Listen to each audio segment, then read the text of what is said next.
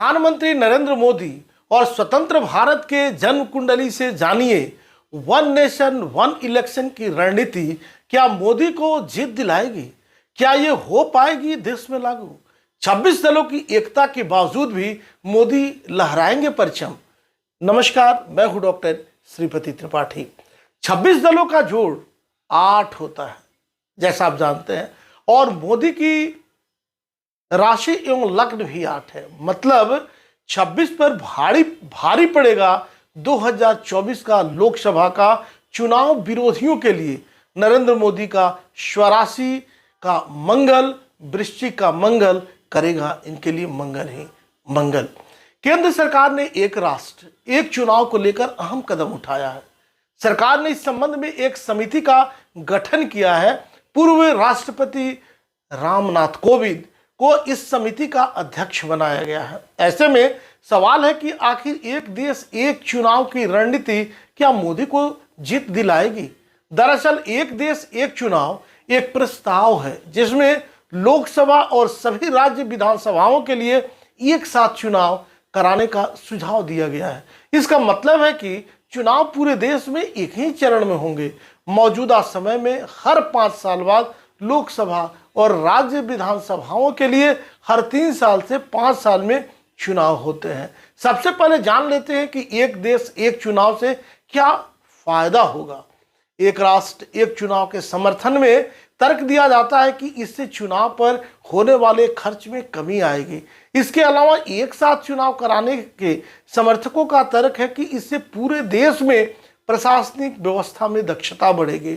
इस संबंध में कहा जाता है कि अलग अलग मतदान के दौरान प्रशासनिक व्यवस्था की गति काफी धीमी हो जाती है।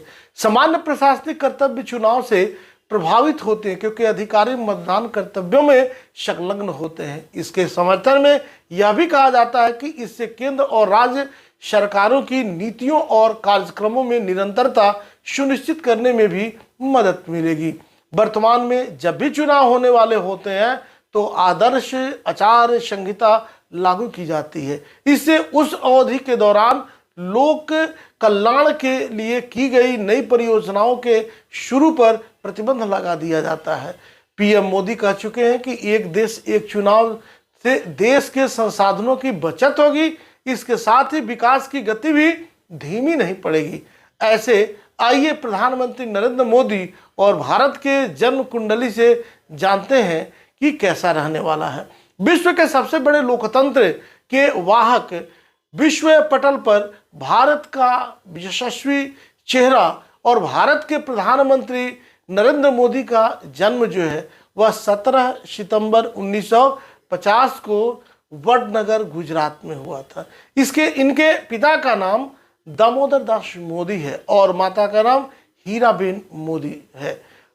प्रधानमंत्री नरेंद्र मोदी की कुंडली वृश्चिक लग्न की है। लग्नेश मंगल लग्न में बैठकर लग्न को बलवान बना रहे हैं। मंगल के साथ 9 भाव के स्वामी चंद्रमा भी विराजित होकर केंद्र त्रिकोण के संबंध से पराशरी राजयोग बना रहे हैं। पंचम नीच भंग राजयोग भी निर्मित कर रहे हैं। 6ठे भाव के स्वामी मंगल लग्न में बैठकर विरोधियों पर विजय प्राप्त करने वाला बना रहे हैं। सप्तमी शुक्र 10वें भाव में बैठकर लोकप्रिय और महिलाओं के हित की बात करने वाला बनाते हैं। चतुर्थ और 10वें भाव पर शनि का प्रभाव लोकतंत्र की शक्ति और उससे राज्य की प्राप्ति दर्शाते हैं। पंचमेश और द्वितीय बृहस्पति केंद्र भाव में बैठकर लग्न को मजबूत बना रहे हैं और इस 10वें भाव को भी प्रबल कर रहे हैं। एकादश भाव का सूर्य विपरीत परिस्थितियों में भी विजय दिलाने वाला और पंचम भाव का राहु हर समस्या को काट निकालने वाला बन रहा है। वृश्चिक लग्न और वृश्चिक राशि होने से स्वयं की सारी रणनीति किसी पर भी जाहिर न हो देने वाला बनाते हैं। अभी उनकी मंगल की महादशा में राहु की अंतर्दशा है। यह अंगारक नामक ग्रहण योग है। यह सितंबर 2023 के मध्य तक चलेगी। उसके बाद मंगल में बृहस्पति की दशा का प्रारंभ होगा। मंगल में राहु की दशा होने के कारण वह भले ही शत्रुओं पर और विरोधियों को पराजित कर रहे हों, लेकिन चुनौतियों का भी बराबर सामना करना पड़ रहा है। समय परेशानी वाला भी है। पीएम मोदी की कुंडली में शनि का गोचर अभी तीसरे भाव में है और अक्टूबर 2023 में यह चौथे भाव में होगा, जहां से यह छठे, 10वें और लग्न भाव को प्रभावित करेंगे। बृहस्पति पंचम भाव में राहु के ऊपर है और नवम, एकादश और लग्न भाव को देख रहे हैं। अप्रैल में छठे भाव में जाएंगे। राहु पहले से ही छठे भाव में गोचर कर रहे हैं।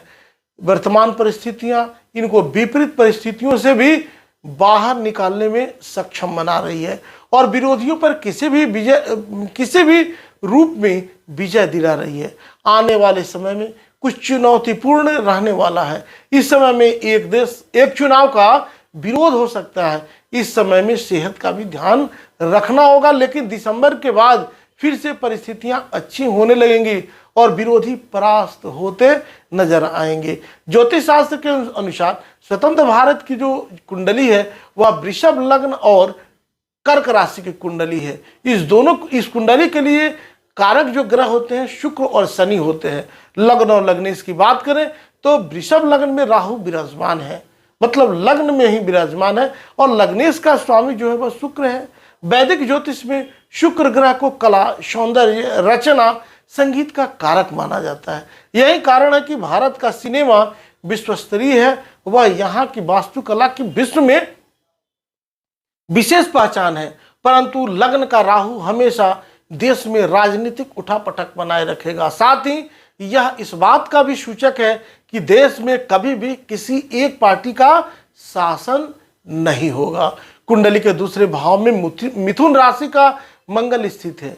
कुंडली का यह दूसरा भाव दिशाओं से भारत की उत्तरी पश्चिम दिशा को दर्शाता है। स्वतंत्र भारत की जन्म कुंडली के सबसे विशेष एवं दुर्लभ योग की बात करें तो वह है कुंडली का तृतीय भाव, जहां कर्क राशि में सूर्य, चंद्रमा, शनि, बुध, शुक्र ये पंचग्रही योग लगाकर बैठे हुए हैं। यह पराक्रम व शक्ति का भाव है। भारत की कुंडली का तीसरा भाव बहुत ही बलवान और सशक्त है। यही कारण था कि विशाल युद्ध एवं अनगिनत विद्रोही ताकतों को लाख जो है इनके परेशान करने के बावजूद भी भारत की अखंडता, संप्रभुता पर कोई आंच नहीं आई। तृतीय भाव स्थित शनि की बात करें तो भारत को आजादी शनि की महादशा में प्राप्त हुई थी। शनि की महादशा भारत के लिए शुभ फलदायी रही। शनि की महादशा में 1947 से 1965 तक भारत और पाकिस्तान के बीच युद्धों में भारत को सफलता प्राप्त हुई। भारत की कुंडली में शनि सर्वाधिक महत्वपूर्ण ग्रह है। यह भारत को मजबूती और शक्ति दोनों दृष्टिकोण से इन्हें सशक्त बनाता है। कुंडली के सप्तम भाव में राहु, शुक्र और मुंथा का होना, यह जो है भारत की आज़ादी की कुंडली में अभी वर्तमान में चल रही चंद्रमा की महादशा में शनि की कठिन दशा देश में कई प्रकार के विरोध को दर्शाता है। ऐसे में प्रधानमंत्री नरेंद्र मोदी और स्वतंत्र भारत के जन्म कुंडली से साफ जाहिर होता है कि वन नेशन वन इलेक्शन की रणनीति मोदी के लिए बेहतरीन साबित होगी। इस रणनीति के कारण लोकसभा चुनाव 2024 में एक बड़ी जीत दे सकती है। साथ ही स्वतंत्र भारत की कुंडली की ग्रह दशाएं बता रही हैं कि नरेंद्र मोदी विपक्ष के विरोधियों के बावजूद भी पूरे देश में एक देश एक चुनाव की रणनीति पूरे शक्ति के साथ लागू करने में सक्षम होंगे। थोड़ा समय जरूर लगेगा। साथ ही मोदी 26 दलों की एकता के बावजूद भी उनको जनता का पूरा साथ मिलेगा, जिससे 2024 में एक राष्ट्र एक चुनाव के साथ साथ लोकसभा चुनाव में परचम लहराएंगे। अभी तक आपने इस चैनल को सब्सक्राइब नहीं किया तो सब्सक्राइब करें, शेयर करें और ज़्यादा से ज़्यादा कमेंट्स करें। अभी तक आपने बेल आइकन को नहीं दबाया है तो उसे दबाएं और रेगुलर वीडियोस पाएं। अब तब तक के लिए दीजिए इजाज़त। नमस्कार, जय श्री कृष्णा, वंदे मातरम।